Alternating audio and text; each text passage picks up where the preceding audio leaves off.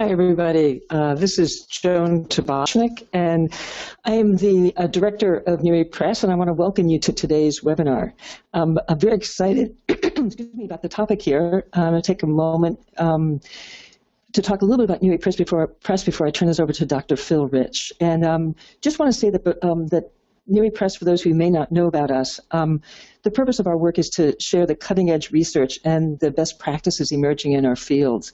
And I won't go into too much more detail, but that if you can take a moment, maybe after the webinar, to take a look at our website. We have a tremendous amount of free resources through our online courses, through our free newsletter, and we also have these series of webinars, and we also have some face-to-face workshops coming up with actually Dr. Phil Rich, and we also sell books, as you may know. I also, as typical of most workshops, we tend to talk about our learning objectives, and you'll see the learning objectives on your screen to say that to understand the state of sort of our research, our current research into juvenile sexual risk assessment instruments, to understand the strengths and weaknesses of these various instruments, and also understand the value of doing a risk assessment in establishing sort of treatment and targets for treatment. So those are all the things that Phil will be going over today. I also want to just take a moment to talk about Phil's books that we've published here through New York Press, the Stages of Accomplishment workbooks. This is a set of 4 interrelated workbooks that help you in the treatment of sexually abusive or sexually troubled adolescents. The workbooks take the youth through a series of guided exercises that touch on many of the most significant elements of one is Introduction to Treatment, the second is Understanding Yourself, the third is Understanding Dysfunctional Behaviors, and the fourth is Hitting Your Target. And all of this comes with also a clinician's guide. I also just want to take a moment to introduce Phil, who really presents and trains and consults both nationally and internationally, and is currently in private practice as a consultant and a trainer specializing in work with sexually abusive youth. Phil has trained and worked extensively with sexually troubled youth and staff working with his client group, and has written 4 books and numerous articles and chapters addressing the assessment and treatment of sexually abusive youth. He also, what I love most about Phil is he also takes the time to mentor people, myself included, and he really is a gem in this work. And I think without further ado, Phil, I'm going to turn this over to you to turn on your webcam and to begin the webinar. Okay, here we go. Okay, well, thanks for attending. I always cover a lot of material, and we're only going to really take about 30 minutes to do that. And that maybe 35 at the most, and that will leave time for people to ask questions that we can answer. Joan and Greg will field those questions. So I'm going to take about 30 minutes or so. I'm going to move through this material quickly. All the material is going to be available on NERI's website. So I actually did the same training just about a year ago. Things haven't really changed a great deal in this particular slice of our field, meaning assessing kids with sexual behavior problems, sexually abusive youth. But moving quickly, let's just start and kind of move through it. And again, we'll have opportunities for questions for the last 20, 25 minutes. So when we talk about risk assessment, we're really talking about somebody's risk for re-engaging in a behavior. Right, not simply for the first time. That's certainly, we do think about risk in that way, but when we think about risk assessment, forensic risk assessment in particular, we think about really a re-offense, a re-engagement in behavior that somebody has already engaged in under specific circumstances, and when conditions allow for that behavior to be expressed, to come real, right? There's a clear kind of sense of what we're looking for. We're looking for particular risk under circumstances, and that's particularly true when we think about kids as developmental in the context of their lives. And that means that when we think about risk assessment, we're thinking about the presence of risk factors, the things that we think are related to harmful behavior, circumstances that really drive, if you will, those risk factors, circumstances that help to transform risk into harm, and conditions that really allow that behavior to emerge. So we're not simply looking for a collection of risk factors. We're looking to understand those risk factors in combination with the environment. That's particularly true when we think about juvenile risk assessment. We are thinking about risk not simply at the very moment we're assessing that person, at that second. If we're assessing them and they happen to be in a residential program or they're in a detention program, then they're really a low level of risk. We're thinking about risk where there's inadequate supervision or there's no supervision at all. Let's say within the environment, within the community, and when there's access to victims, right? We're thinking about risk. If this person were out at the moment in an environment like this, low supervision, and there's access to victims, what would the risk be there? So we're thinking clearly about risk in a particular context. And the context is the ability to engage in risk, the risky behaviors, in an environment where you're not going to be caught or monitored potentially, and there's victims. We can also think about risk for the potential if that person, if that young person, or adult for that matter, isn't provided with the sort of care, the supervision, the level of treatment that they need.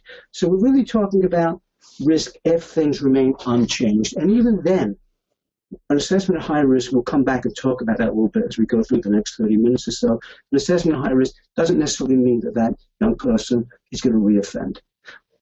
All of these risk models have weaknesses. The best has weaknesses, and we'll talk very briefly about that as we go through the next 30 minutes or so. But given the weaknesses of any of these models, it's probably more appropriate, especially as we learn more and more about assessment and about the young people we work with, it may be appropriate really to think about assessing risk as a way of recognizing what risk factors are present, how many of them are there, what's the preponderance, and in particular risk factors that are relevant to that particular youth, that specific youth. So we are talking here about an individualized process and factors that represent continuing risk, not simply things that have happened, static risk, but things that are still risky, dynamic risk factors for that individual. And so when we think about it from that point of view, a risk level doesn't just represent our thoughts of, well, this person's at a high level of risk to reoffend. A high risk level really represents the idea that there are a series of, in the case of high risk, there's a lot of risk factors. In the case of risk in general, risk level represents how many risk factors are there? What are the types of risk factors that are put into that particular youth? And importantly, from the perspective of treatment, areas of risk that are going to require treatment now and in the future, both during treatment and potentially after somebody discharges from active treatment. From that same perspective, we can see that risk assessment really provides a foundation for treatment. It points to the sort of treatment needs we want to be addressing. Especially true when we think about young people. We can start to identify risk factors as really pointers to the form of treatment, the targets of treatment, how intense treatment should be, rather than really being a prediction that yes, sexual reoffense will happen or won't happen, because the reality is in multiple studies we see over and over again the base rate for sexual recidivism in juveniles. Base rate is the rate at which something occurs. The base rate is pretty low, relatively speaking. For quite a while we thought of that base rate probably being somewhere between maybe 10 to 15% of youths who are treated who re-engage in sexually abusive behavior. But actually, as research keeps evolving and we see more studies coming out, it looks lower than that. It looks as though we could broadly say that recidivism is probably sexual recidivism is somewhere in probably the 3% to 11% range, perhaps going up to 15%, but that's not a high base rate. So we know right from the get-go that most youths are not going to reoffend sexually. When we now think about, well, what is risk? What are we talking about? We can think about two kinds of risk. We can think, first of all, about risk that's really linked to me, that's somehow residing within me. They're held in my individual, maybe as a result of my developmental experiences, maybe it's a biological risk factor. Let's use autistic spectrum disorder, the disconnection from people, sometimes driving harmful behaviors. That's an example, perhaps, of biological risk rather than developmental. And we can think about things like our attitudes, our sexual interest, our ability to regulate ourselves, intellectual disabilities, lack of concern for other people. These will be examples of internal risk factors, regardless of how they got in there. We can also think about external risk, the idea that risk lives outside of me and, in fact, independently of me. It's in my environment. It's in the environment in which I grew up. It's in the environment in which I live. It's in the environment in which I function, and I learn and I interact with other people.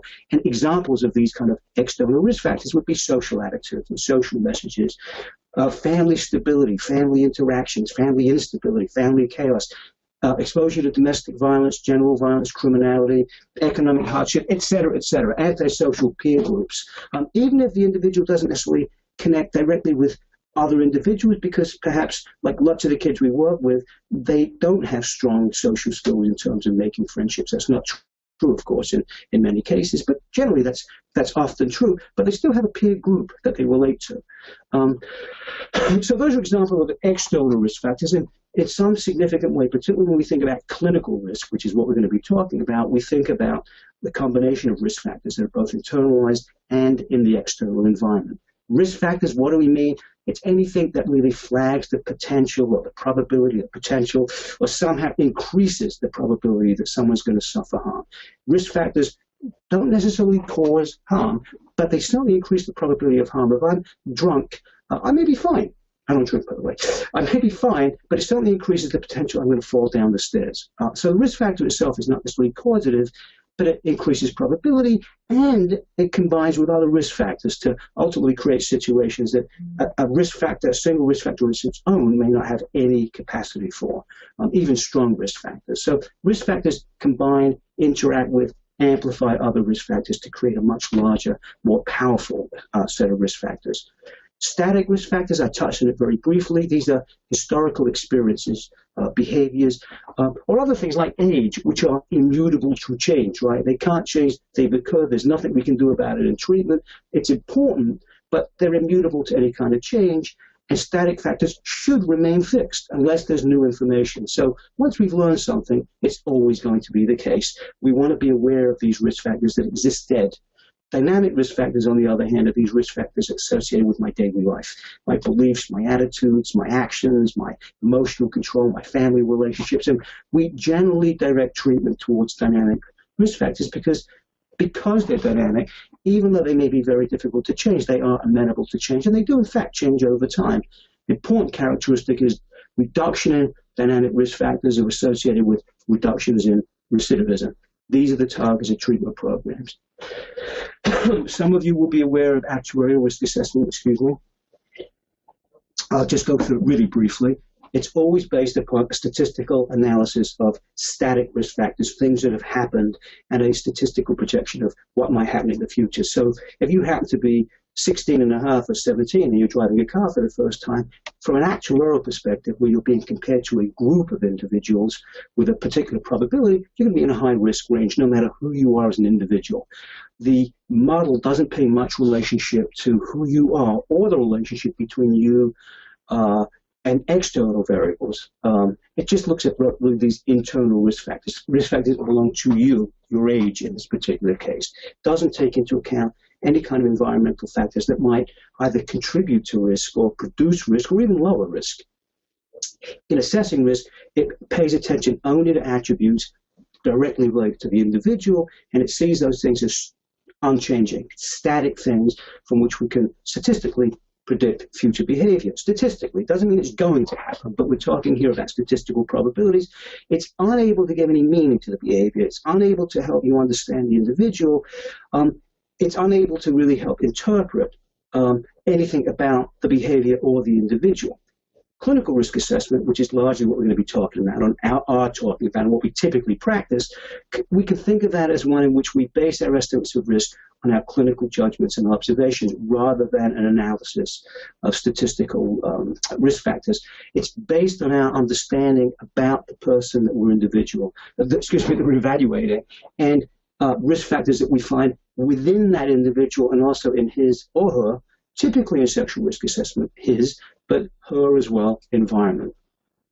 This is really a much more dynamic kind of model because we see risk existing within the individual's environment, and in the interactions that link individuals to their environments, not simply one or the other, but really across individual and external interactions. And we include both static, or those historical risk factors, and dynamic or changeable risk factors in our assessment of risk. So we look internal, we look external, we look at static, we look at dynamic, and it's only really clinical assessments that can really give us the greatest amount of information that we can make interpretations, build cases upon, including, we hope, a lot of information about the person that we are assessing. And that's particularly important for us because when we assess adolescents and even young adults, it's not really clear at what age adulthood begins, perhaps 25 or 26 in the sense of greater cognitive development, but it's certainly important when we think about developmental context for adolescents in which all juvenile offenses occur. However, whether we look at an actuarial model, whether we're looking at a clinical model, it's not the presence of any single risk factor that's enough for us to say something's a high risk. No risk factor alone has that kind of power. No matter how we measure, assess, discover risk factors, no matter how we define them, harmful behavior is contingent upon that interaction, that interplay, that amplification between risk factors and elements that are present in the environment or absent from the environment. So it's the combination of multiple risk factors that ultimately allows antisocial behavior to emerge from risk. That's really what we're ultimately concerned with, right? The emergence of harmful behavior. I've said already, it's always going to be based upon really a risk for sexual recidivism, that is, reoffending. It's always based upon a prior history. So it's an assessment of recidivism. It draws on the past potentially to link the future to the past, to see a trend line. And that's the static element of risk assessment. But going beyond that, it's not just a matter of bean counting here. It's a matter of really trying to understand the past behavior, to understand past experience so that we can really start to think about the individual and make more informed, better informed interpretations, projections about what might happen in the future based on understanding not just what happened, but why it happened, under what circumstances, et cetera, et cetera. If we can understand and not simply count past and present experiences, past and present behaviors, then that can help us to really think about that trend line into the future, if uninterrupted. And that's what we're really interested in. Ultimately, when we think somebody might be at a high risk for behavior, we're suggesting that there's a trend line that's pointing them in that direction. If we think that they're at low risk for, say, a behavior or a heart attack or an illness, then we think that the trend line points in a very different direction. It's a dynamic process in most cases. Most of the instruments we use are clinical instruments. They're dynamic instruments. I'm not going to really have time to talk about instruments today, except very briefly, but we'll come back to that at the very end as we talk about some webinars that are perhaps ahead, not perhaps. Most of our assessments are clinical. They're dynamic. They're built around risk factors that the literature identifies as related to sexual recidivism in juvenile. And when we try to predict risk, they're also being used really increasingly as instruments for case management and instruments for treatment planning. We'll come back to that as well, very briefly. But this is a really dynamic process, and it recognizes that people can change, particularly juveniles, and it really avoids the potential that these risk instruments and the risk process itself are just going to be what Bo and colleagues call passive predictions of limited practical use. So even if I'm accurate in saying somebody's at high risk, it's sort of a passive prediction. It doesn't tell us anything about the individual or why he or she may be at risk or what we might be able to do about it. And really, ultimately, in the end, that's what we're concerned about, doing something about it. Juvenile risk assessment, it's developmental, it's contextual, it takes into consideration things that we're really not going to be thinking about or are really not relevant when we assess adults. These things really take into account the developmental nature of childhood and adolescence, and importantly, concepts that put the behavior of the juvenile in the context of his or her social environment and the context of child and adolescent development itself. You could argue that adolescent development itself is a contextual factor, independent of my friendships and my behaviors in the community.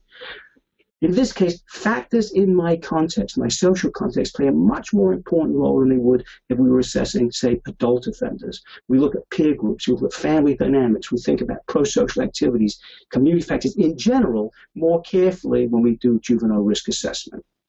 And for the same sort of reasons, look at that little stopwatch there I have on the screen clicking around, we think of risk assessments for juveniles as being time limited for those very reasons, developmental reasons. All risk assessments should be considered to be reliable only over a short-term time horizon. Because there's a focus on development and social context, unlike adult instruments, the most current and the most widely used juvenile risk assessments limit assessments to 1 year, 2 years, sometimes even 6 months. Here's Faniff and Laterna, who recently, in their research, recommend that we focus on short-term risk. Risk of sexuality is fluid among adolescents. There's a low base rate of juvenile sexual recidivism and positive responses that the literature suggests we see for kids who are treated. We shift gears a little bit and we think about not just risk factors, but protective factors as well. as rather says, look, it seems obvious that we should be paying attention to the things that really protect against antisocial behavior, not simply things that push us toward it. And Richard Jess and his colleagues point out that because risk and protection are often kind of conceived as opposite ends of the very same continuum, and so they're very highly variable, it makes it difficult to understand the role of protection. For the most part, protection has meaning in the presence of risk, not just as its opposite. If I'm carrying an umbrella around, it really is only protection if it's raining out. If it's a beautiful sunny day, it doesn't really have any value as a protective factor. So protection, not in every case, but for the most part, it's an independent kind of feature. It's not simply the opposite end of risk.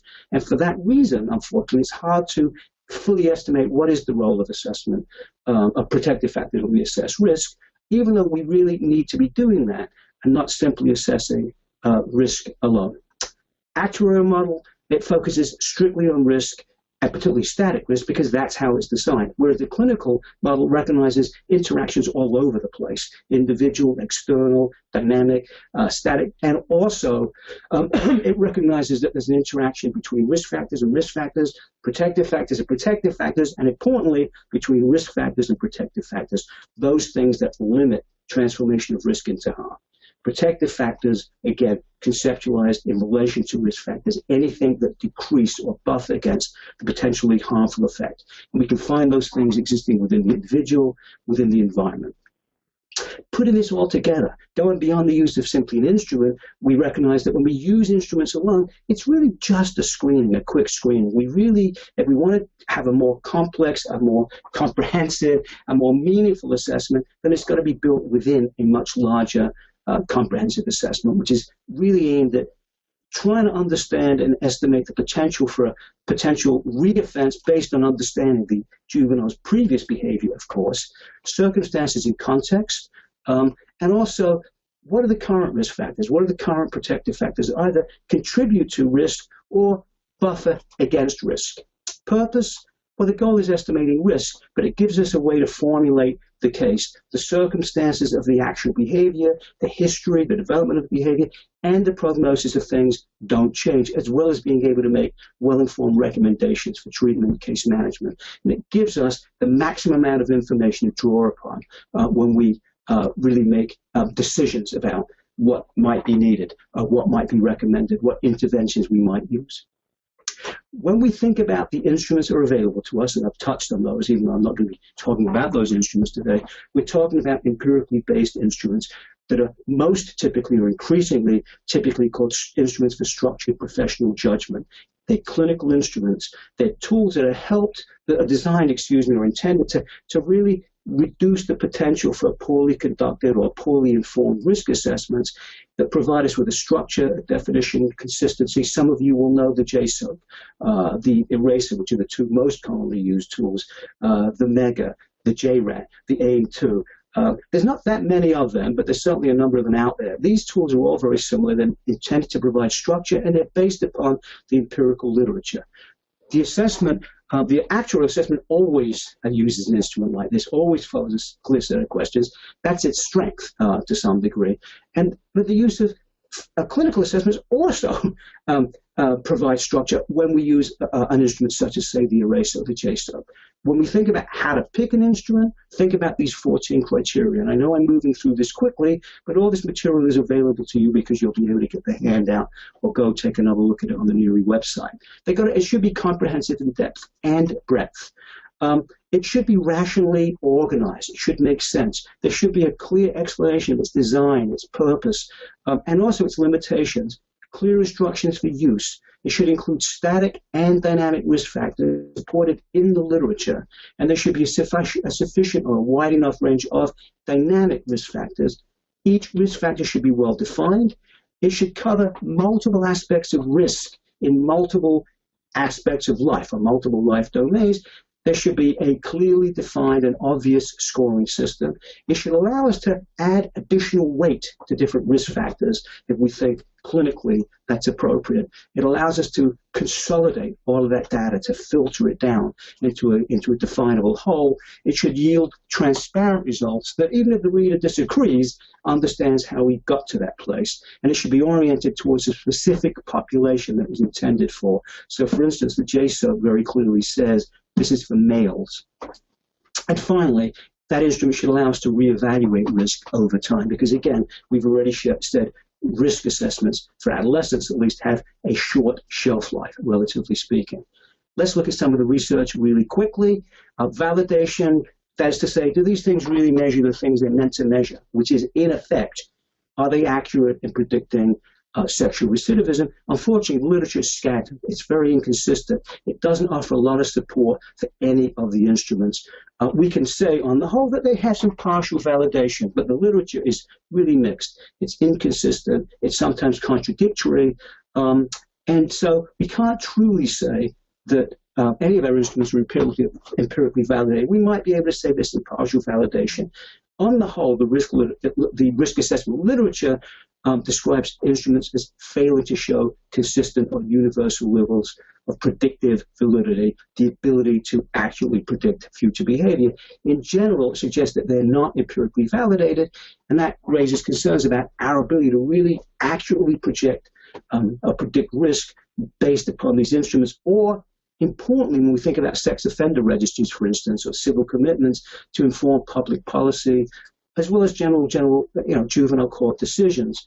Current milestone instruments are important in further refining the process, but they're not complete. At this time, research does not support the use of any of the risk assessment instruments. No single instrument or combination has demonstrated adequate predictive power or reliability. Until new instruments are better validated, it's a complex balancing act based upon people need to know, but we also have serious limitations in really empirically based knowledge. We start to shift here from risk prediction, if you will, to risk management. So here's Jody Vallone and her colleagues, who Jody's been part of a lot of that research, who says that, look, despite some of the difficulties in terms of predictive validity, risk assessment instruments nevertheless really offer us clear benefits over unstructured assessments where we don't use any instrument. And they point out that even though the research has been on prediction, the instruments are also intended to help manage risk and to prevent reoffense. Increased attention to the utility of these tools for that purpose will allow us to move beyond just trying to predict offense and move towards trying to prevent reoffense. Here's Robert Prentke, Sue Right-Hand and colleagues. They're the JSOAP folks. They write similarly, despite their concerns in the literature regarding predictive validity, the JSOAP may be most useful for making short-term case management decisions, especially for guiding effective treatment interventions. Even the strongest measures we have are less than perfect predictors, and they cannot be perfect. Here's what Cook and Mitchie say: limitation on their precision and predictive utility at the level of the individual case rather than that actuarial model create a real challenge for practice. They may actually identify youth at this kind of level of having a lot of risk factors and actually point to necessary interventions, but their ability to actually predict what someone's going to do is much more difficult to do. These risk tools are best used in a preventative fashion to guide intervention, to encourage youth towards more pro-social trajectories, and to help us allocate resources to those youth who are most in need. This is from Schmidt and colleagues, 2011. Thinking about risk and protection of targets and treatment as we move to the last few minutes. Well, when we think about the initial risk assessment on this little schematic, look, we're looking at static risk factors, historical risk factors that related to the offense. We're also looking at the current or the dynamic risk factors that related to the offense, but are still active at this time, and we're looking to assess protective factors. When we think about treatment, risk and protection in treatment, well, we're really aiming to treat those dynamic risk factors that were present at the time of the offense, the anger, the social isolation, the substance abuse, whatever it happens to be. We're also looking to develop and strengthen the protective factors that risk assessment helps us define when we think about risk assessment in terms of risk and needs. And then when we think about reassessing risk over time, then we're looking to understand, well, what's the current strength of those dynamic risk factors? We hope it's been reduced. And what's the strength of current protective factors, which of course we hope to increase? Wrap it up so it's clear, right? We want to exercise caution. We want to be sensitive. Assessment isn't just aimed at defining a risk level. It's really aimed more at understanding that individual, that young person, so that we can build appropriate, realistic, meaningful treatment interventions that really can perhaps bring about change on an individual level. So we're not simply concerned with estimating risk, but we're also concerned, and perhaps more concerned, as I said a few moments ago, with preventing recidivism. This is a quote from an article in the NERI newsletter. Some of you, I think, will be familiar with NERI newsletter, which is a wonderful resource. It's from Steve Benjes, David Prescott, and Joan Tabachnik. And Joan, of course, is helping to moderate today. And some of you will know that Steve passed away recently, and so it's a great loss for us all. A reminder that, of course, the second I see his name on the screen, very fresh. Assessment remains complicated. Current measures help, but they're not standalone instruments. They're talking here really about these instruments for structured professional judgment. Professionals need to be extremely careful about assessing reoffense risk for an individual client. Take the time to obtain specialized knowledge. Given those low base rates, the use of measures, instruments really to guide safety, to plan for risk management, and to use for treatment plans may be a better way to proceed than just making statements about risk. And as you can see, we go from this little picture here to risk is complex. When we look at it again, it's even more complex. Risk is complex, and the further we get into it, the more messy it can look, particularly when working with juveniles. Last couple of slides, the covenant, remaining well-informed. There's a covenant between the people who develop these instruments, the authors, and the users of those instruments. That's, for most of you, that's you guys. And that highlights the requirement that you should expect in that covenant for well-designed, well-developed, meaningful tools, but also for the evaluator to acquire the kind of skills, the supervision, the experience that's necessary for well-informed professional practice. Again, from the article by Steve, David, and Joan back in 2012, professionals need to be extremely careful about assessing reoffense risk for an individual client and take the time to obtain specialized knowledge.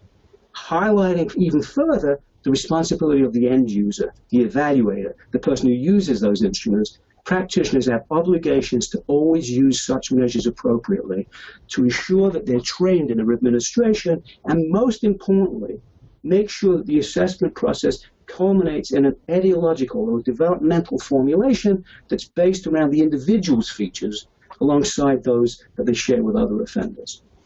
This is from Tony Ward and colleagues. It really refers to work with adult sexual offenders. And for those of you who know, for instance, the Good Lives model, Tony is one of the key developers of that model. So we've gone through all the material. We're going to shift in a moment, and I can see lots of little question panels have come up. I'm not quite sure what that means, but again, Greg and Joan are moderating that. But just want to jump ahead for a second. We're going to follow up on this particular webinar that we did today. There's a series of 3 interlinked webinars that I'll be running. Here are the 3 dates. Session 1 is going to be an introduction to juvenile sexual risk assessment. Again, these are going to be brief 1-hour sessions, so we're not going to have a lot of time, but certainly I'm going to build on some of the stuff we've talked about today. Session 2, looking at comprehensive risk assessment and the assessment report. And then session 3, really applying a risk assessment instrument where we will do, it's going to be difficult through a webinar, but we'll use a case study because of the lack of interaction, but we'll use a case study format to really look at applying an assessment instrument in actual application. Here are the references. When you get the handout for this or you take it off the website, anybody I've referred to in here in terms of the references will be there. On that note, let me go all the way back to the first slide. And I will now, I think, switch off my camera. No, keep your camera on. That would be great. Keep my camera on. Okay, my camera's on. Yeah, and actually, Greg, if you can keep the slide up for Greg, for Phil as well, that'd be great, Greg. And that was wonderful. Thank you. I really appreciated sort of exactly how much you can include in such a short amount of time. I mean, I think it's, the fact that you always send, I think, more than 50 slides for 30 minutes, and I think there's no way that anyone could possibly get through it, and you do, and I learn, and I love that part of working with you, Phil. we had a number of different questions that came through, and I'm going to try to turn my webcam on. I don't know if I've had a slow connection for some reason some days, so Phil or Greg, if it doesn't come through, or if it's too fuzzy, let me know and I'll turn it on. I can see you. Yeah. Okay, great. So we had a lot of great questions that came through. Maybe just starting from the top on these, just like, one question that came through right in the beginning was that if there's no prior offense and a risk assessment has been requested because of some problematic behaviors, how do you proceed? Is there any, can you give any advice in that situation? Yeah, I can. I mean, it's, you have to understand, it's just advice. I mean, this isn't coming from a literature-based or a scientific or an, it's just coming from, my experience as a supervisor and also somebody who does evaluations. I think that you have to be really cautious. Look, a lot of the evaluation is really a comprehensive, broad evaluation of that individual. The sex piece of it is an important slice of it, of course, and that's sometimes what we call them psychosexual assessments. But you'll still want to gather a lot of material, the same sort of material about that kid that you're talking about.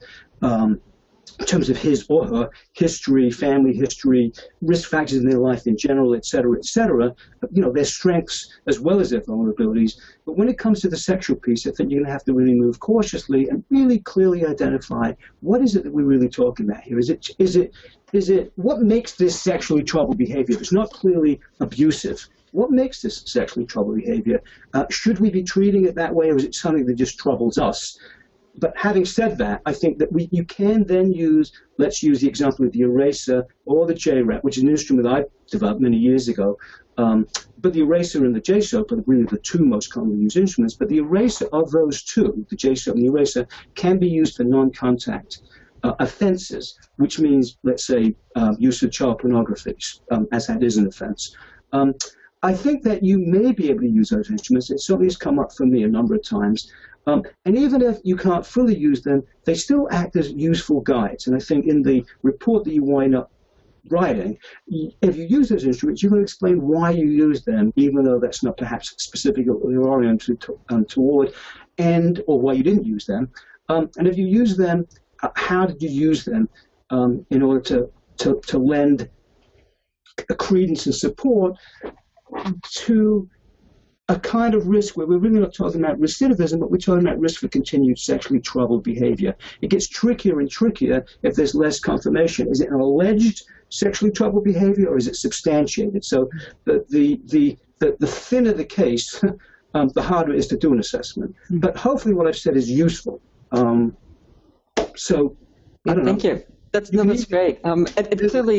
It clearly is useful just for getting tons of questions in. So you're clearly getting people to think. One of the questions was just that, you talked, I think, eloquently about dynamic versus static factors and actuarial versus and clinical assessments. And one of the questions was really looking at how do you feel about using actuarial risk assessments with adolescents? Okay, there's only one. I'll be as brief as I can. There's only one at the moment, the J-SORAT. All the names are similar. It can only actually technically be used in 4 different states because it's a statistical evaluation. I think it's a really useful instrument. I often use it just as a background piece of information to see how does that fit with, let's say, the eraser or the J-Soap or the J-Rat. So you can use them, but I think if you use them and only them, you may in fact have a pretty decent prediction of what somebody might statistically do. Meaning, well, Phil is, there's a 53% chance that Phil is going to offend at sometime in the next 5 years based on a reference group, but it won't tell you anything about me. So I think that the real weakness is it won't tell you anything about me. And the second really substantial weakness is because it's a static instrument, it is not going to change. It's in use until the 18th birthday. And so no matter how hard somebody works in treatment or how much he or she changes, that won't be represented on a static instrument because it's static. Okay. Great. So someone else was like, you talked a lot about antisocial behaviors, and so just one person wrote in and asked about what about sort of the kind of kid who's a rule governed and nonviolent, law-abiding. Do you look at a different set of internal and external patterns when you're looking with that kind of youth versus youth who's a lot of antisocial behaviors? Yes. Yeah. Good. You might find actually that youth, the one that we're describing, who is not unusual for juvenile sexual offenders, sexually abusive youth, whatever terminology you choose. It's not unusual to find kids the way that you've just described them. They're not actively conduct disordered in the way that we might think of a quote-unquote juvenile delinquent, but they are still almost certainly involved in antisocial behaviors. They're just different. They're just not those externalizing. They may be truancy, they may be lying, they may be, deceit in general, they may be people who don't share with other people in different ways. So we may be looking at a different set of antisocial behaviors. So it's important to really distinguish between different types and amongst antisocial behavior, and then that's what we're going to be assessing. And in this case, the antisocial behavior may be resulted to, for argument's sake, really weak attachments and a sense of social inadequacy. So I think that in an individualized assessment, we're always going to be looking for what are the driving forces. Even in the case of somebody who is really external, that is to say, really conduct disordered, we're still going to want to understand what's driving that. What's driving that? That anger and that willingness to punch somebody or break into a house. So I think in all cases, we're going to be looking at the individual behind the behavior. Mm-hmm. And I love that you, one of the questions I had actually originally, but then someone else asked it, is great, which is, you call it risk assessment, yet you actually talk pretty eloquently also about protective factors. And someone asked if there's a list of protective factors or a resource that you would recommend. And I do know that the forum recently came out with a whole issue, I believe, about protective factors. It's not the forum. It's not the forum. Some of you will be the member of that. Listen, my email address is right there on the screen, so you can definitely feel free to email me, and I can send you resources. But ATSA, which is the Association for the Treatment of Sexual Abusers, some of you will be familiar with that professional organization. Some may be members, others won't. But ATSA's journal, Sexual Abuse, is the name of the journal. The forum is their newsletter. The journal, maybe it was three or four issues ago now, but in the last year or so, put out an entire special edition that really just looked at the development of an empirical knowledge base around protective factors. So that's a pretty good resource. If you're not an ATSA member, it's harder to get access to that stuff. But if you email me, I'm happy to help out there. If you're interested in looking at that. If you just look up protective factors through a Google search, the sorts of protective factors that we see in sexually abusive behavior are very much the sorts of protective factors that we see in juvenile development. And there's a lot of information out there. So in general, you can simply look up, I think, juvenile protective factors. They're going to be very, very similar. They're going to fall into the same 5 domains: individual, family, peer group, community, and school. But again, feel free to email me and we can talk more about that if that would work. That's great, thank you. So one person asked about you talk about the lack of, you talk about, management versus prediction. And one person asked if the lack of predictive validity might be an indicator of the dynamics that are just typical in adolescence. Say that one more time. Can you just read that? So just wondering if the lack of, you were talking about that there's a lack of predictive validity, is that in some way tied to just the dynamics of the natural sort of dynamics that you find in adolescence? Is that's part of the root of why? I don't. That's not all it's tied to, because we see the same problem with adult prediction as well, statistical prediction. That that there's a problem with being able to, because there's so many intervening variables, and you can argue that those are dynamic at all times throughout our life. There's always dynamic things that we can't take into account. But it's especially true, I think, that we all agree, I believe, all of us who work with kids in any field, that there's a special consideration in working with adolescents and children, that there's a developmental context. And you're right, that may, in fact, be a big piece of it. It may simply be that a kid 15, 16, 17 is passing through a developmental period of his life, and the trajectory we think he's moving in actually shifts and changes for other reasons as part of the developmental process. So that's one of the reasons. It's certainly not the only reason, but it certainly adds to the problem of predictive validity in adolescence. But there's other problems as well. But that's a really good one to highlight because it talks about developmental sensitivity. Great.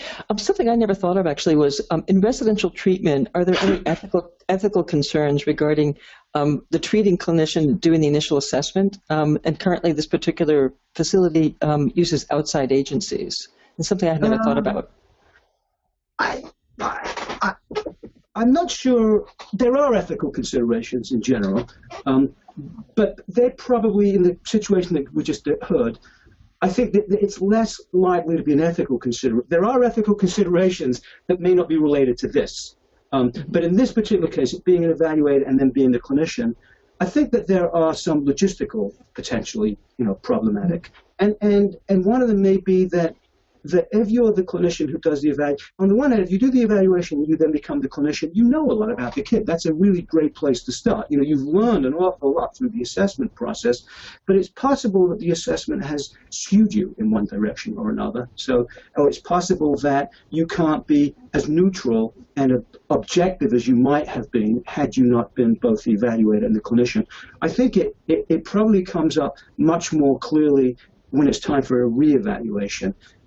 Because the clinician is likely to be the person doing the reevaluation. At that point, not only knows a lot about the client, but may also not like the client, or really like the client, or somewhere between those two extremes, or may have a very different view that biases. It's useful to be able to do, at some level, assessments with other people, or run them by other people, with other people involved. It's a second set of eyes. I think the problem with an outside agency coming into assessments, it's clean, really clean, meaning there's no real ethical or any kind of logistical issues. It may not be as valuable in the process, but it's certainly the clearest way of doing it. The problem then is, well, if you're going to reevaluate, let's say every 6 months or every 9 months or every year, if someone's in treatment that long, do you again have outside people come in? You can. They should be the same people, and they're going to get a lot of their information now from the clinician and people who are working with the kid as well as the kid himself. They're not going to do the whole same evaluation. So I don't know if I really answered the question, but hopefully I touched on some of the perspectives, including the idea that there are always ethical issues, I think, working with kids with sexual behavior problems, as well as with adult sexual offenders. Great. Yeah, that's really helpful to me, so thank you. I hadn't thought of that. Another quick question is, what evidence would you need to claim that a risk assessment tool is empirically validated? And actually, Saida talked about that the recent, I can't pronounce it, Vijone meta-analysis shows that the J-SOAP and the eraser, et cetera, have sort of moderate validity. So only because of the way they did the study. Really, only because of the way that they did the study. And Jody Villone, fantastic, so no, I don't mean anything negative by that, but in doing it, they consolidated and aggregated all of the data, and that included some of the weak studies that said, not really, and some of the strong studies that, oh yeah, look at this, and so you really came up with sort of an average. But when you look at the individual studies, I think that you do see, I'm sorry, I don't mean to put it quite that way, but you do see a tremendous range. And so doing that, you recognize that there's tremendous inconsistency. I think that and that's why it suggests, well, maybe we can say there's partial validation, but the idea of validation means that, look, it's been looked at in a number of different ways and by a number of different people, and it's come up with the same thing. That is to say, this is an accurate enough assessment of future behavior. So I think the short answer is, when we see probably for any particular instrument, at least 3 studies, well, we could say at least 2, but really at least 3 studies that are independently researched that follow similar protocols with similar cohorts and come up with similar conclusions that support the idea that this is in fact, an accurate instrument for predicting future behavior. It's actually unlikely we're ever going to get there, because it's hard, including in the adult world, to really come up with high predictive values. So I don't know if I answered the question. We want more consistent, linked research that's independent of the authors of the instruments. Great. And just a number of people have asked, can you say a little bit more about the JSOAP or the one of the other tools? And this might be just a good segue for us to talk about that. Following this, on May 10th, 17th, and 24th, Phil is going to be doing a 3-session webinar series following up on this one. So this was like the basics, and there'll be three webinars.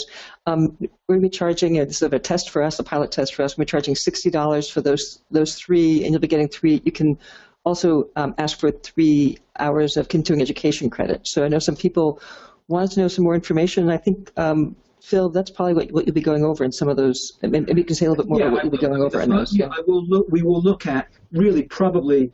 We certainly will look at the eraser and the JSOAP, and we'll take a quick look at a couple of others as well. Did you want me to say anything about them now, though? Sure. Sure. If you want, that might be a good segue. Yeah. Okay. They're useful. Look, the weakness, I think the greatest weakness of the eraser and the JSO is that they're old instruments at this point. They're not super old, but they haven't really been, I should say it equivocally, not unequivocally, they have not been updated really since about around 2002, and it's now, obviously 2016. And a lot of research has come out since. It has not changed the field in a great way, but it's supported certain ideas and it's moved us away from other ideas, and those instruments really have not, in their language and in their inclusion of particular factors, have not kept up with that literature. And so that's their greatest weakness. Some of you will know that the eraser, Jim Whirling, who's the primary author of the eraser, put out a couple of years ago an instrument called the -13. Can't remember exactly what it stands for. Desistance Against Sexual Harm in Adolescence, something like that. It's got 13 protective factors, and although it doesn't state it anywhere, that's intended to sort of be the protective scale that goes with the eraser. But we're not, those instruments aren't at that point. I think if they were going to redesign them and redo them in a new version today, they probably would look somewhat different. So, but other than that, they're useful instruments. They're especially useful, though, if you really follow the instructions every time you do it. I don't mean that in a facetious way. I mean, if you're someone who uses the eraser a lot, you might just kind of, just check it off without actually each time looking at the description, because the description defines for you what it is you're assessing. And to that degree, it's a really, as the JSOP they're really useful instruments. As you know, I think they're clinical instruments now, instruments for structured professional judgment.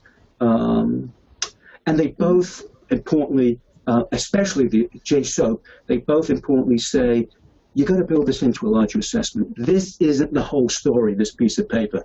You've got to build it into a much larger comprehensive assessment. And we'll talk about comprehensive assessments, I think, as the second part of those three webinars.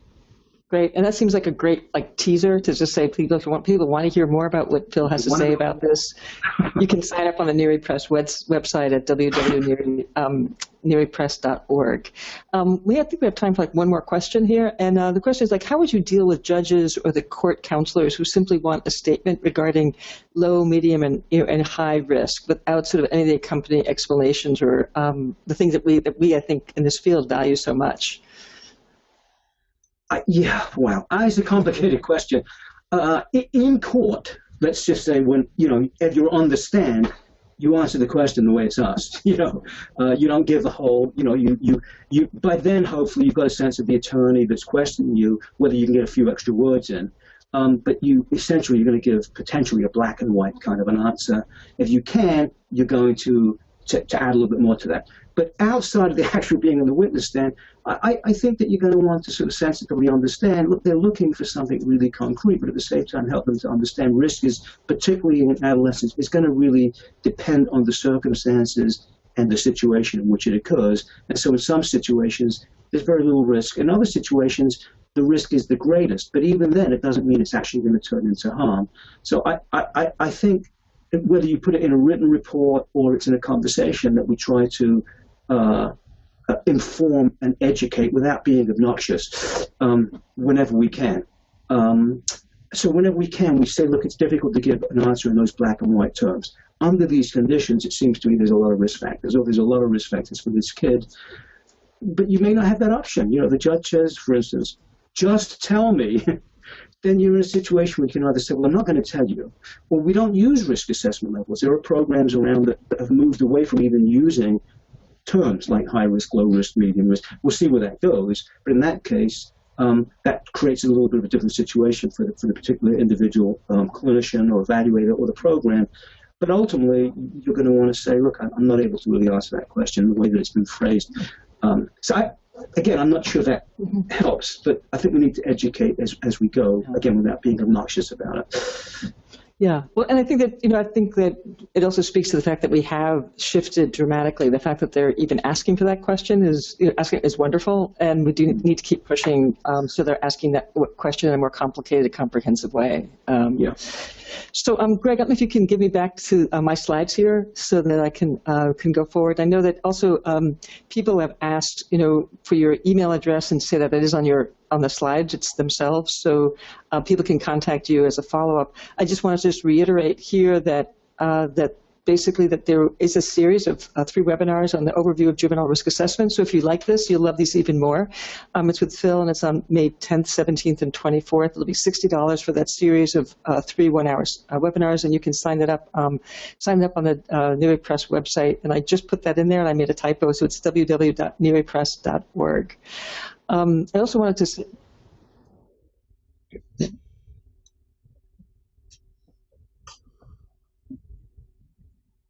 that's great, thank you. I also want to let folks know that, let me see if I can get, is that Phil is also doing 2, if you want to see Phil in live and in person, he's doing 2 trainings in Albany, New York.